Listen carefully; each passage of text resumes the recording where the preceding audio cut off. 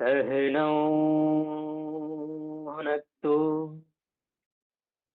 सह वीर्यं करवावहै तेजस्विनावधीतमस्तु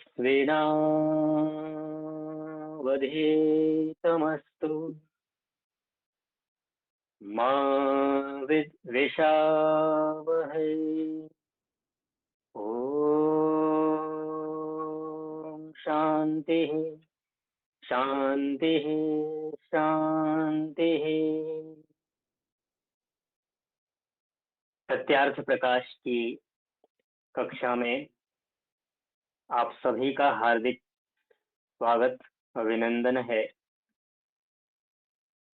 सत्यार्थ प्रकाश के अंतर्गत हम एकादश समोल्लास पर विचार कर रहे हैं।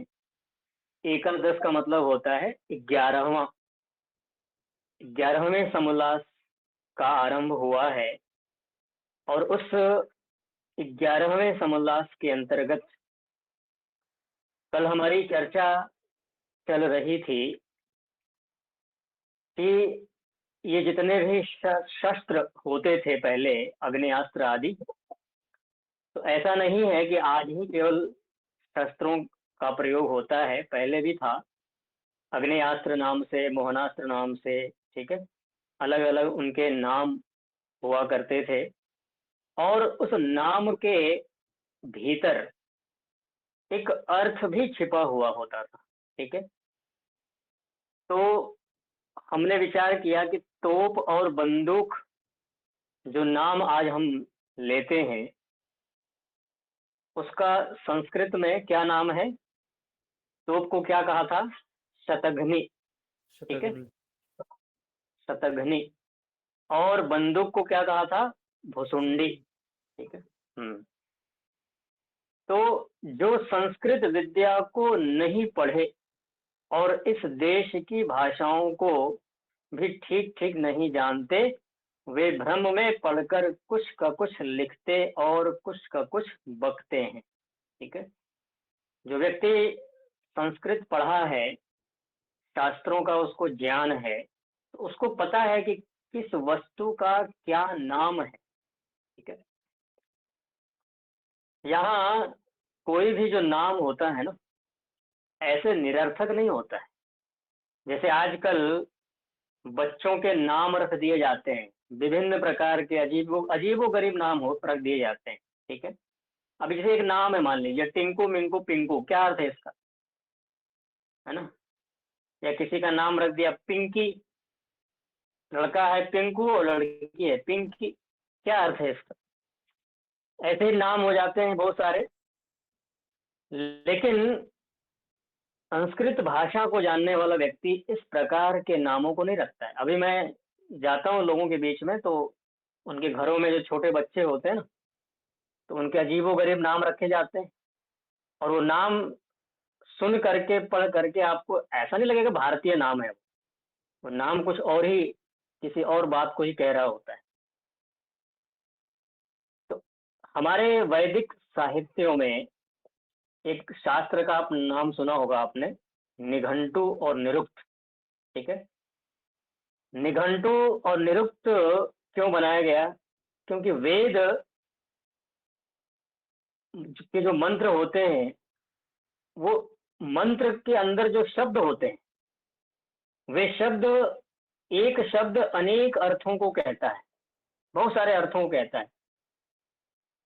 उस अर्थ को खोलने के लिए या उस अर्थ का अनेक शब्द बताने के लिए निघंटु और निरुक्त शास्त्र है।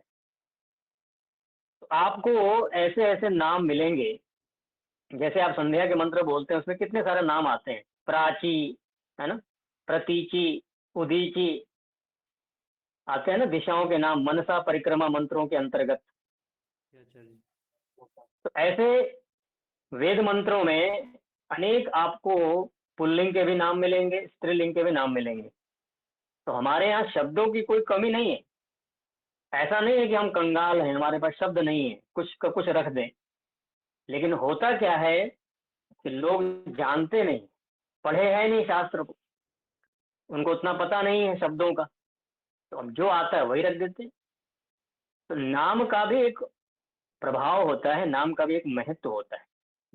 यद्यपि ध्यान रखिएगा, इस बात को दूसरे पक्ष में मत ले जाइएगा। कुछ लोग कह सकते हैं कि नाम में क्या रखा है, ठीक है, लोगों के तो चरित्र देखे जाते हैं।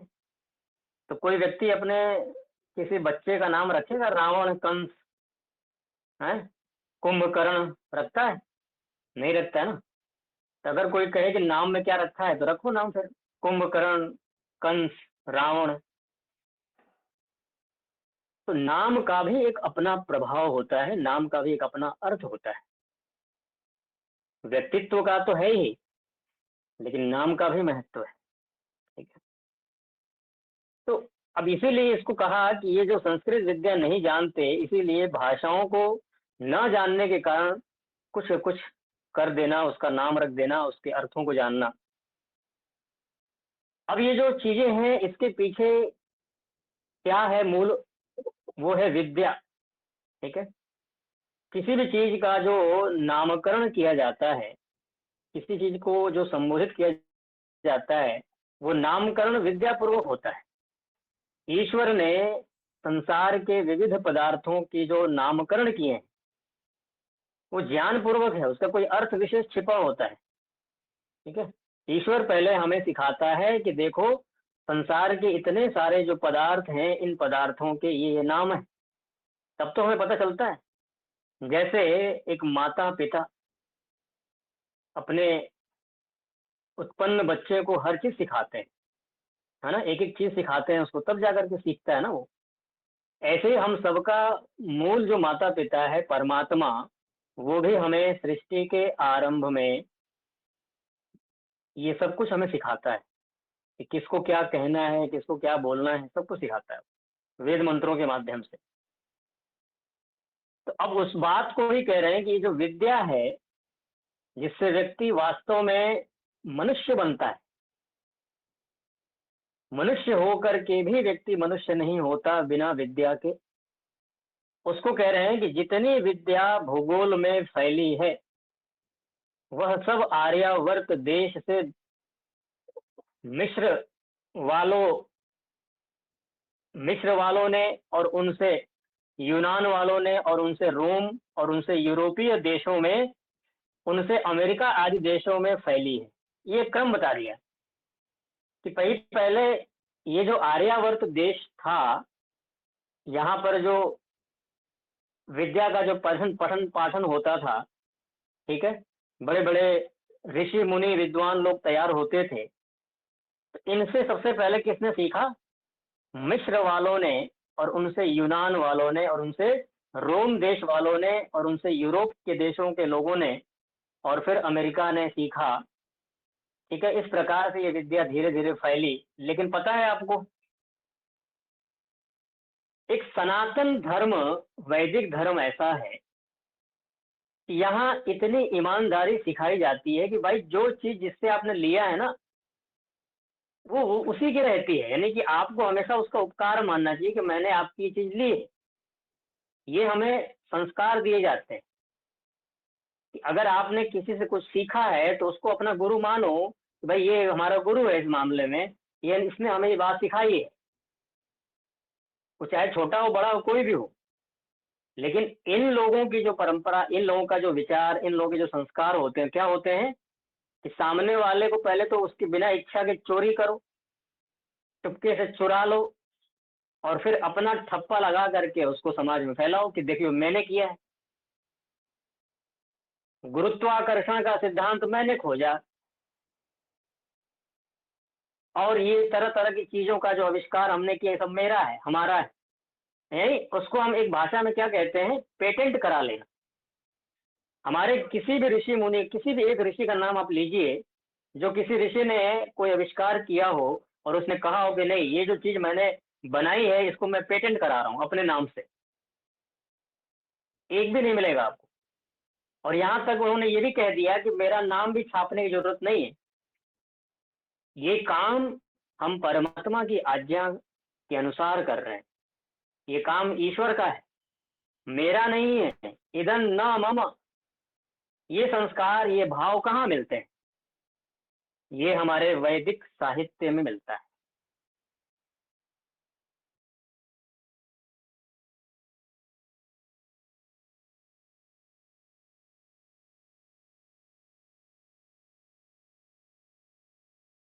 न करना, स्वार्थ पर उठ करके निस्वार्थ भाव से कार्य करना, ये विद्या का प्रभाव है।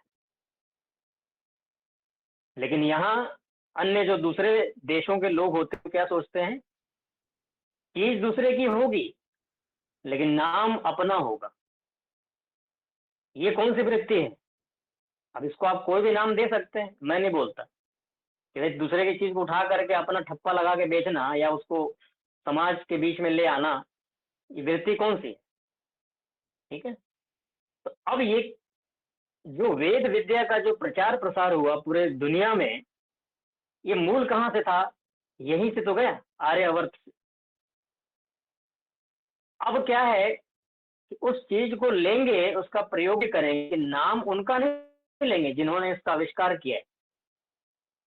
अगर लेंगे भी तो केवल अपने कुछ गिने चुने लोगों के बीच में, सार्वजनिक नहीं करेंगे उसको।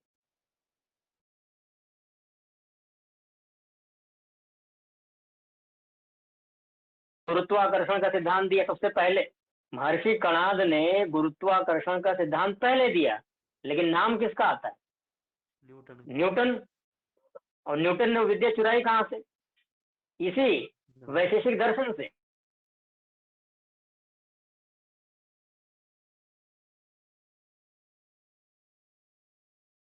हम आज तक पढ़ते आए हैं।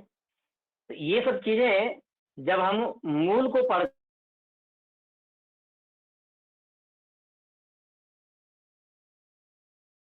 में अब तक पढ़ाया क्या गया,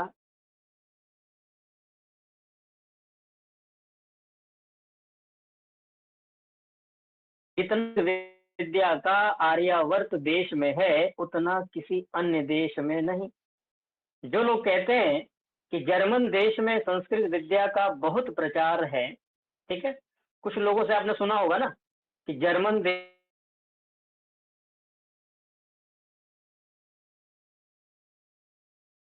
ठीक है, में बड़ा प्रचार प्रसार है। संस्कृत मोक्ष मूलर, वहां के जर्मन के एक विद्वान हुए हैं मोक्ष मूलर, ठीक है, मैक्स मूलर भी कहा जाता है उनको। साहब पढ़े हैं उतना कोई नहीं पढ़ा। कैसी बातें समाज के अंदर फैलाई गई, ध्यान सुनिए मेरी बातों को। कैसी बातें फैलाई गई कि भाई जर्मन देश के जो विद्वान हैं, मोक्ष मूलर जिसको मैक्स मूलर भी कहा जाता है, उनके विषय में क्या भ्रम फैलाया गया, मतलब उनके विषय में कि देखो ये जो मैक्स मूलर साहब हैं, ये जो संस्कृत जितनी इन्होंने पढ़ी है उतना कोई नहीं पढ़ा है, ठीक है। यह बात केवल कहने मात्र के लिए है। कैसे है देखिए, उदाहरण देखिए। क्योंकि यस्मिन देशे द्रुमो नास्ति, प्रसिद्ध वाक्य है, अंडरलाइन कीजिए इसको। यस्मिन देशे द्रुमो नास्ति तत्र एरंडो अपि द्रुमायते। आपने कई बार सुना होगा कि जिस देश में कोई वृक्ष नहीं होता है, जिस देश में कोई बड़ा वृक्ष नहीं देखा जाता है, उस देश में एरंड के पौधे को ही वृक्ष मान ले। अरंड बोलते हैं स्वामी जी, अरंड। आचार्य जी, वही कह रहा हूँ। अरंड के पौधे को ही क्या मान लिया जाता है? उसको वृक्ष मान लिया जाता है। अब वो देखा ही नहीं कभी उन्होंने। जिसने कभी जीवन में शहद नहीं खाया, ठीक है, तो उसको क्या लगेगा? उसको तो कल्पनाओं के जाल में बहेगा ना वो तो, कि देखो धर्म के लिए तुम दूसरों का गला काटोगे तो तुमको शहद की नदियां मिलेंगी और सब बातें हैं वहाँ, ये ऐसा सब मिलेंगी आपको, शहद की नदियां, शराब। इस पृथ्वी पर जो जंगली है, जिसको कभी जीवन में सुख सुविधा कभी मिला ही नहीं, जिसको जीवन भर, जिसने, एक उदाहरण दे रहा हूँ कि जीवन में जिसने सूखी रोटी खाई है, ठीक है, तो उसके लिए अगर कभी पराठे उसको मिल गए तो उसके लिए तो उत्सव का विषय है। लेकिन जो बचपन से ही राजभोग खा रहा है, मोहन भोग खा रहा है, ठीक है, अच्छी अच्छी व्यंजन, अच्छे अच्छे व्यंजन खा रहा है, तो उसके लिए सामान्य बात है ना। तो अब ये क्यों कहा जा रहा है कि यस्मिन देशे द्रुमो नास्ति तत्र एरंडो अपि द्रुमयते। भाई मोक्ष मुदर साहब के बारे में जो तुम कह रहे हो कि उनके जितना संस्कृत का विद्वान कोई, तुमने वास्तव में विद्वानों से तुम्हारा पाला पड़ा नहीं है।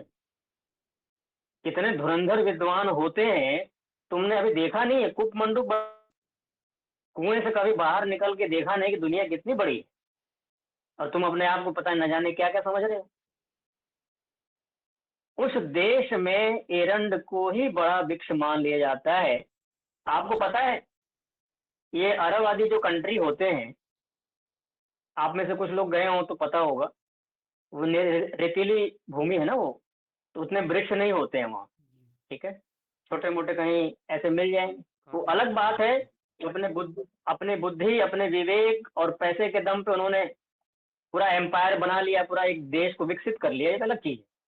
लेकिन प्राकृतिक जो नजारा है, वो वृक्षों का, नदियों का, झरनों का, वो तो नहीं मिलेगा वहाँ। तो वहाँ के लोग यही समझेंगे ना कि भाई यही वृक्ष होता है, छोटे से पौधे को। कांटेदार वृक्ष होती है। जिस देश में कोई वृक्ष नहीं होता, उस देश में एरंड को ही वृक्ष मान लेते हैं। वैसे ही यूरोपीय देशों में संस्कृत विद्या का प्रचार न होने से जर्मन लोगों और मोक्ष मुरर साहब ने थोड़ा सा पढ़ा। देखिए, यूरोपीय देश में और जर्मन देश में उतना विद्या का प्रचार नहीं था, संस्कृत का प्रचार नहीं था। अब कहीं से भी उन्होंने, चलो उनकी जिज्ञासा थी, जो व्यक्ति जिज्ञासु होता है ना, वो कहीं ना कहीं से कुछ जुगाड़ कर लेता है। तो कहीं से हाथ पांव मार करके उन्होंने पढ़ ली। अब पढ़ लिया तो अब जो बिल्कुल नहीं जानता है उसके लिए तो वो बहुत है ना। मान लीजिए उदाहरण के लिए, ठीक है, उदाहरण के लिए मान लीजिए कि आपने 150 वेद मंत्रों को रट लिए, ठीक है, और आप किसी ऐसे गांव में गए जिस गांव में लोगों ने कभी भी वेद मंत्रों की ध्वनि या वेद मंत्रों का उच्चारण नहीं सुना है, और आप जाकर के खूब लय सुर ताल में वेद मंत्रों का गान करके और वहां पर यज्ञ कराने लगे और थोड़े कपड़े ढंग के पहन लें, तो लोग क्या समझेंगे आपको कि भाई तो पंडित है।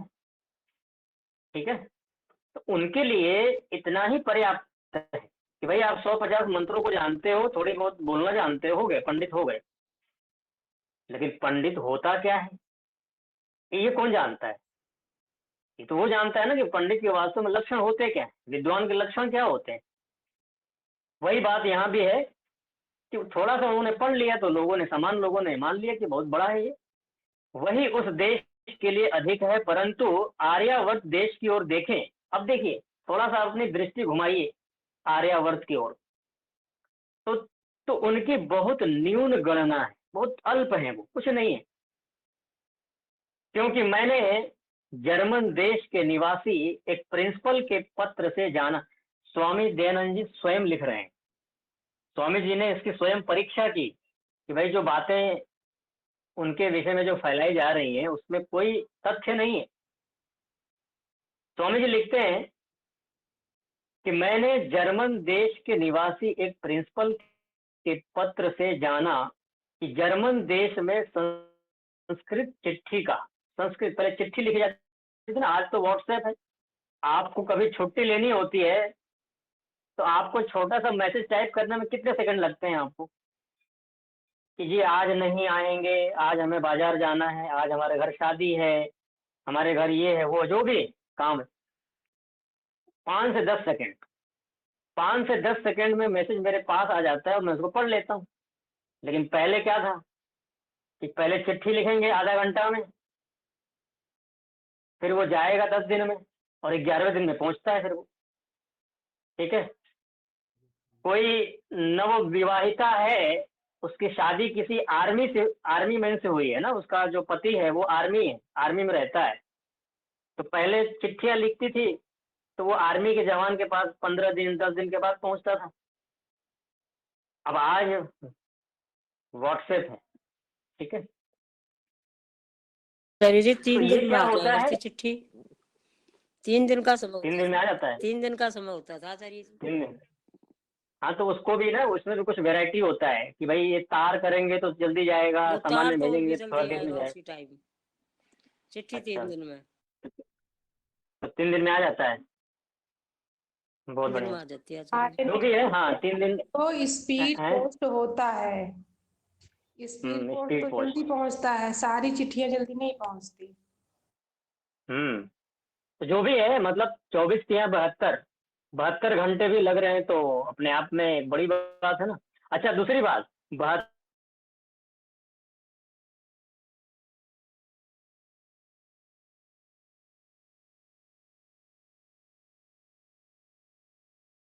आएगा, फिर आएगा। ठीक है। तो मोक्ष तो अब वही है, यहाँ पे क्या कहना चाह रहे थे कि ये चीज जो है वहां पर बहुत न्यून गणना है, क्योंकि मैंने जर्मन देश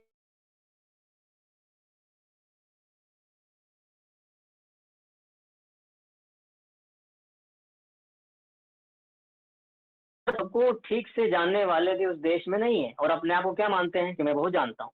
जर्मन देश में संस्कृत चिट्ठी का पूर्ण अर्थ करने वाले बहुत कम हैं, और मोक्ष मूलर साहब का संस्कृत साहित्य और थोड़ी सी वेद की व्याख्या देखकर मुझको विदित होता है कि मोक्ष मूलर साहब ने इधर उधर आर्यावर्तीय लोगों की हुई टीकाएं देखकर कुछ कुछ यथा तथा लिखा है। स्वामी जी ने जो पत्र भेजा मोक्ष मूलर साहब को जर्मन देश में, और कौन सी भाषा में लिखा? संस्कृत भाषा में। ठीक है। संस्कृत भाषा में लिखने के बाद जब वो पत्र उनके पास पहुंचता है और उस पत्र का जब वो अर्थ लिखकर भेजते हैं, तो स्वामी विद्वान तो पकड़ लेगा ना कि ये व्यक्ति जो लिख रहा है कितना उसमें उसकी पहुंच कितनी है। ठीक है। तो उससे विदित होता है कि मोक्ष मूलर साहब ने थोड़ा बहुत इधर उधर हाथ पांव मार करके कैसे भी करके थोड़ी बहुत सीखा है।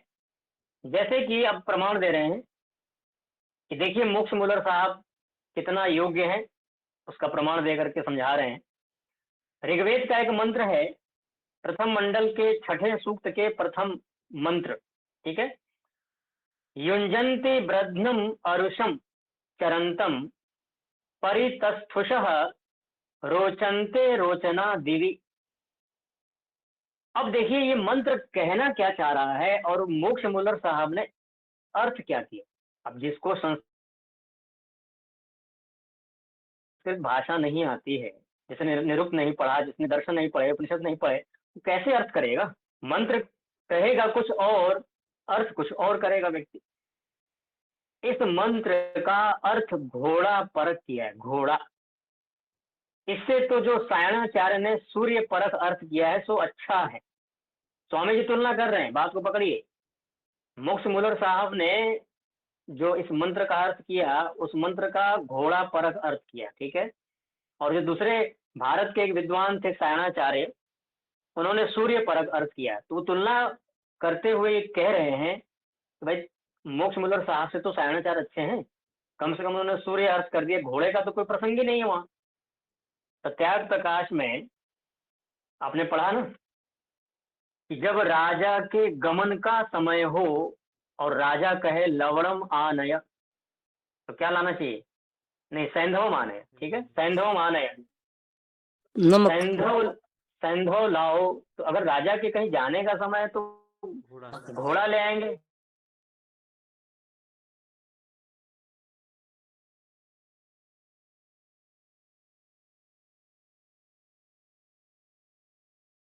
मूर्ख होगा वो। मूर्ख होगा। हाँ। तो अब ये क्या हुआ कि व्यक्ति प्रसंग को नहीं समझ पाया, वो भोजन के समय घोड़े को लेके आ रहा है। भाई आपने कहा था सैंधव नाम नमक का भी होता है और घोड़े का भी है। तो वो जो व्यक्ति है भोजन के टाइम पे कहा कि सैंधव मान है, तो घोड़ा लेके आता है, और जब राजा के गमन का समय होता है कहीं जाने का तो कहता है सैंधव आन है, तो लेके आता है। ये कोई प्रसंग होता ही नहीं। परंतु ठीक अर्थ इसका क्या है, स्वामी दयानंद जी बता रहे हैं। देखिए इस मंत्र का ठीक अर्थ है परमात्मा। परमात्मा परक ये मंत्र है। तो मेरी बनाई ऋग्वेदादि भाष्य भूमिका में देख लीजिए। भाष्य भूमिका कितने लोगों के पास है बता दीजिएगा। स्वामी हमारे दयानंद पास जी है के आचार्य जी। मेरे पास है चाहिए। हाँ, ठीक है ठीक है। हमारे आचार्य पास जी, भी है आचार्य जी। हाँ जी। आचार्य जी, इसमें इसमें कौन से शब्द का अर्थ घोड़ा होता है? ये जो ऊपर जो मंत्र है जो ऋग्वेद का आप जो बता रहे हैं। हाँ हाँ बता रहा हूँ जी। इसमें जो है उसका अर्थ किया है अरुषम, ठीक है ना। ब्रधनम जो अरुषम है ना, ब्रधनम अरुषम, इसका घोड़ा अर्थ किया है। हाँ जी अरुण जी, हाँ आपके जी, पास ठीक है है। वहाँ हाँ ठीक है ना, समझ गया। ब्रधनम, हाँ ठीक है, जी ब्रधनम अरुषम, ठीक है। तो अब ये अ, ऋग्वेदी भाष्य भूमिका है, जो भी है, स्वामी दयानंद जी के ग्रंथ तो आपके पास होने ही चाहिए, उसको नहीं है तो मंगा लीजिए। स्वामी दयानंद जी ने ऋग्वेदी भाष्य भूमिका में बहुत सारे मंत्रों के जो गलत अर्थ किए हैं ना दूसरे विद्वानों ने, उसका पूरा से मंत्रों की गलत व्याख्या की गई है। उसमें इस मंत्र का अर्थ यथार्थ लिखा है, एक बार आप देख लीजिएगा।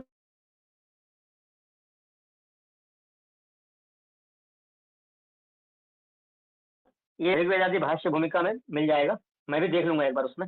इतने से जान लीजिए कि जर्मन देश और मोक्ष मूलर साहब में संस्कृत विद्या का कितना पांडित्य है, इसको आप जान लो। भाई वो मंत्र कह रहा है कुछ और, अर्थ कुछ और कह रहे हैं।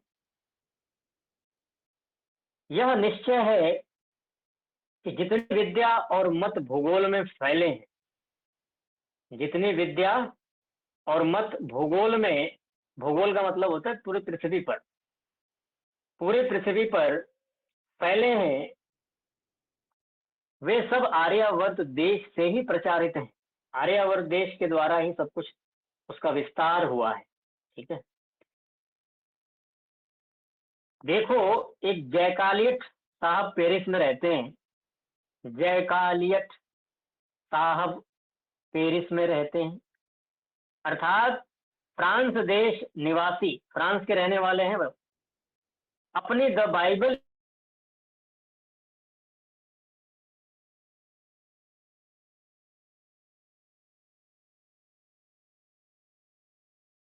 आर्यावर्त देश है, कितने ईमानदार थे सोचिए, हृदय उनका सत्याग्रह ही कहेंगे इसको, है ना।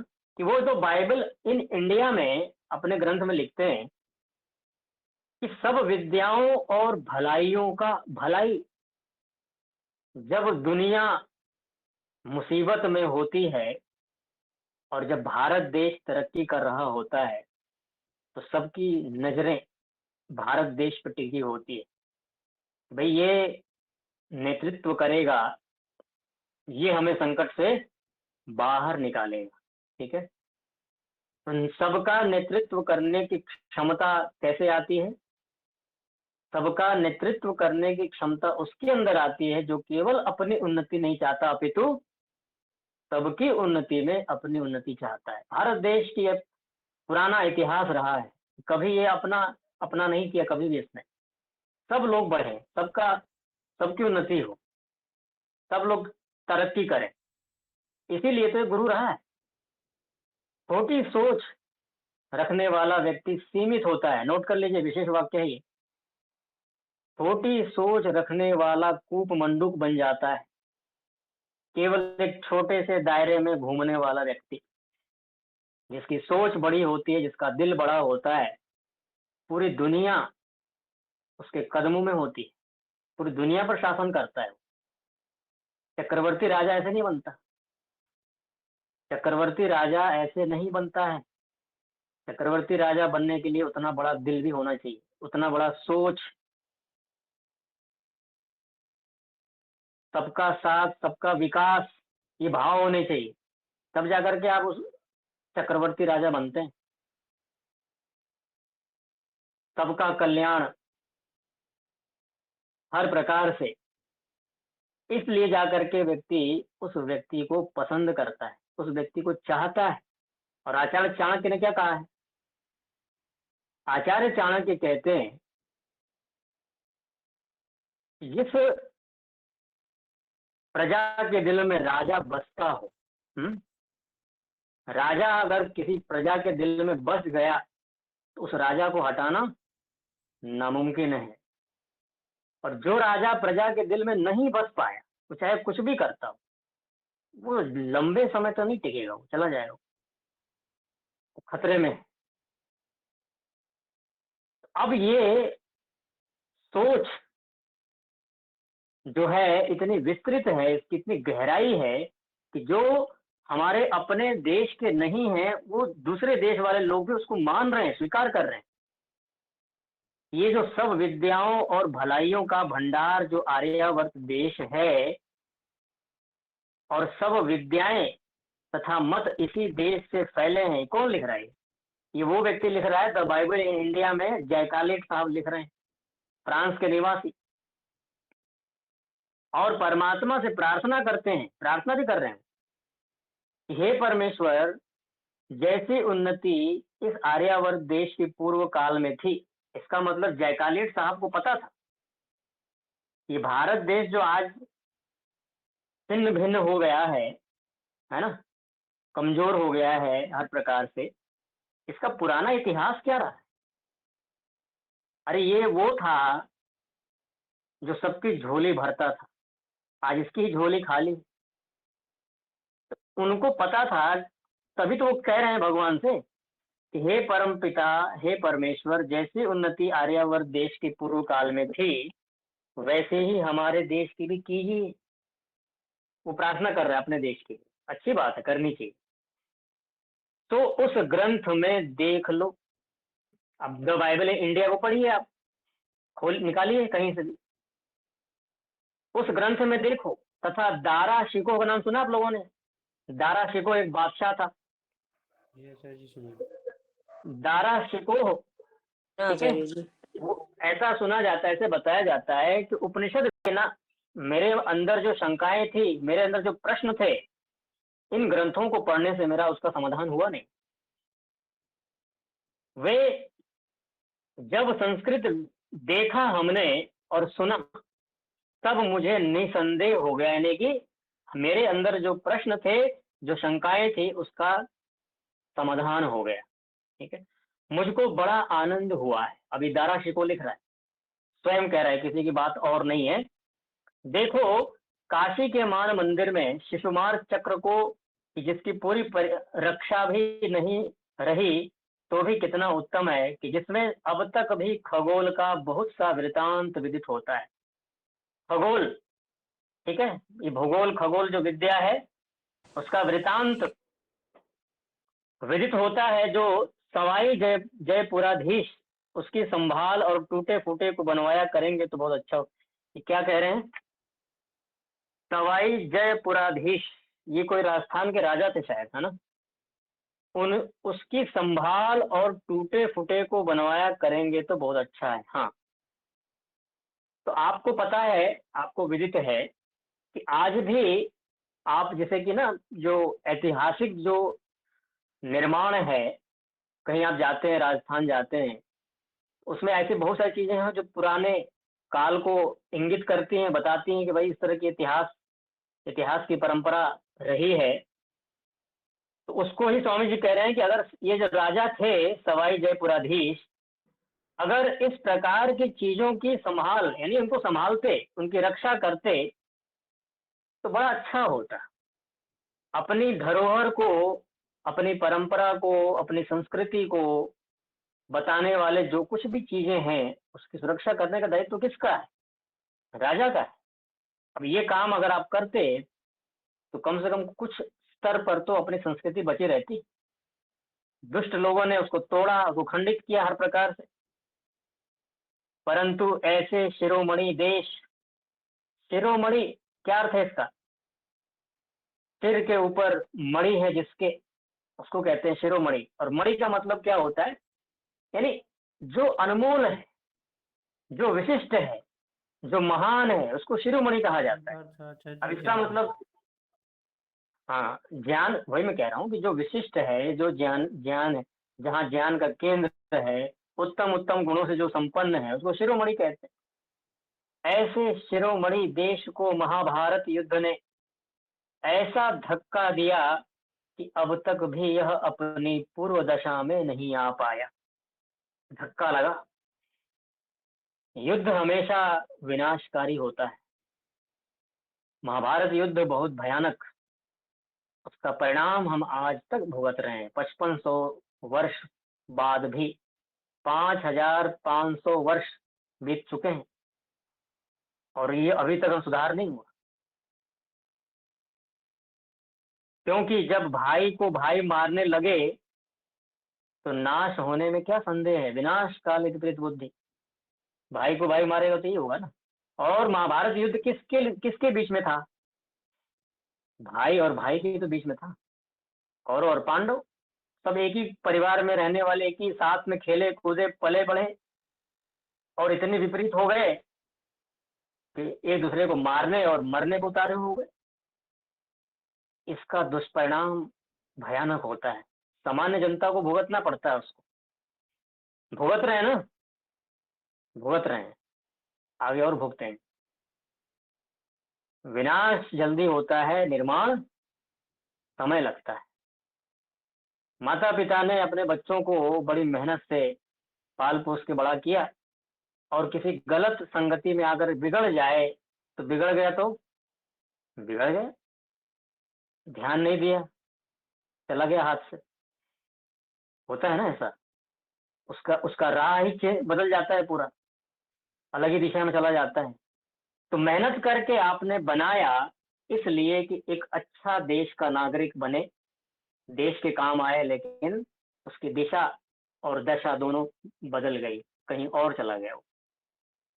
ऐसे ही हमारे पूर्वजों ने देश को जैसा बना के छोड़ा था, यानी देखिए राम और कृष्ण के साथ, लेकिन उसको लोगों ने अपने स्वार्थ के कारण, अपनी अविद्या, अपनी मूर्खता के कारण तहस नहस कर दिया, समाप्त कर दिया। इसीलिए ध्यान रखिए एक अंतिम बात इससे जुड़ी हुई, चाहे अपना ही पुत्र और पुत्री क्यों न हो, महाभारत पता है आपको, महाभारत से यही सीखना है। धृतराष्ट्र को सामने रखो, पुत्र और पुत्री जिसको आप बेहद प्रेम करते हैं, अगर वो अधार्मिक हो, दुष्टाचारी हो, गलत मार्ग पे चल गया, तो आपके संपत्ति का 1 रुपए का भी हिस्सेदार नहीं होना चाहिए। और अगर आप धृतराष्ट्र बन गए, मोह माया में पक्षपात कर गए, तो उसका परिणाम क्या होता है ना? नाश होता है। तो यहाँ इस बात का ध्यान रखना होता है कि पुत्र, चाहे आपने खुद को उस पुत्र को जन्म दिया है, बड़े ही मोह माया लाड़ प्यार से उसको पाला है, ठीक है, आप बिल्कुल उसके ऊपर मुग्ध हैं, फिर भी धर्म ये कहता है कि अगर वो अधार्मिक हो गया, पापी दुष्टाचारी हो गया, शराबी हो गया, कबाबी हो गया, अब उसके साथ आपका मानवीय संबंध नहीं होता है। एक माता पिता का तो रहता है,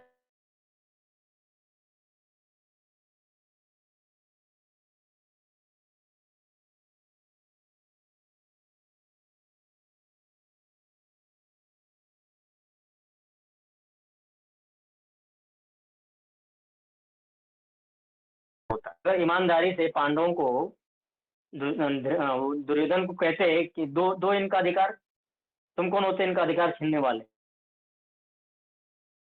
तो झगड़ा नहीं होता फिर। लेकिन धृतराष्ट्र अंधे तो थे ही, आंखों से बुद्धि से भी अंधे बन गए, ठीक है। ये सभी घटनाएं, इतिहास की जो घटनाएं होती है, बहुत बड़ी सीख देती है। इसको पढ़ेंगे तो आपको सीखने को मिलेगा कि हमें जीवन में कैसे रहना है, कितना सावधान रहना है। गलतियों से सीखा, जो सीख लेता है वही व्यक्ति इंसान बनता है, ठीक है। चलिए आगे और विचार करेंगे। अच्छे अच्छे प्रसंग आपको मिलेंगे। 11वां समोल्लास विशिष्ट है, 12वां विशिष्ट है, ये सब विशिष्ट है। तो पढ़ेंगे, विचार करेंगे अच्छी तरह से। ओ